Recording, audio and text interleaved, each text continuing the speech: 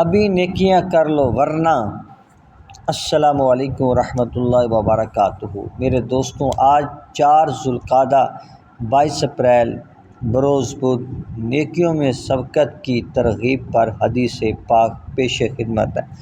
حضرت ابو ہریرہ رضی اللہ تعالی عنہ راوی ہیں، حضور خاتم النبیین صلی اللہ علیہ وسلم نے فرمایا، تم 6 علامات ظاہر ہونے سے پہلے نیک اعمال کر لو۔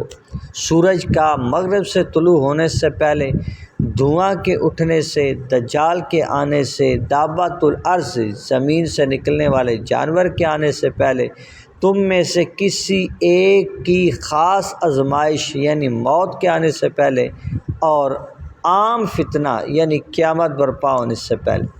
اس حدیث مبارکہ میں 6 علامات ظاہر ہونے سے پہلے نیک اعمال کی طرف ترغیب دی گئی۔ ان نشانیوں کے ظہور کے بعد توبہ مقبول نہیں ہوگی۔ دخان سے قیامت کے قریب ہونے والا دھواں مراد ہے، جس سے زمین سے آسمان تک اندھیرا ہو جائے گا۔